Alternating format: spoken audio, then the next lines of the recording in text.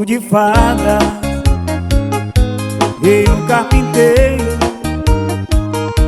sozinho sem nada, também sem dinheiro. Amava a princesa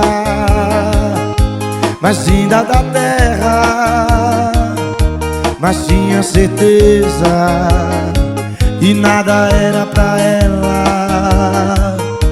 Diga, meu benzinho, se você me amaria, e com todo carinho comigo casaria.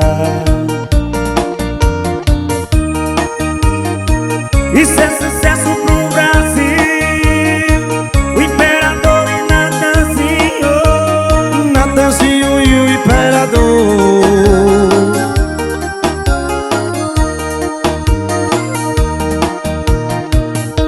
Um conto de fadas e um carpinteiro, sozinho sem nada, também sem dinheiro. Amava a princesa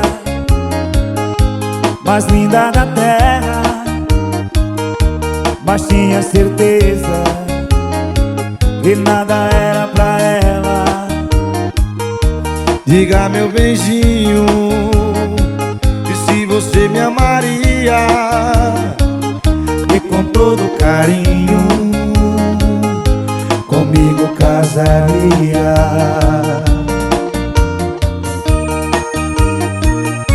Elias Pouquinho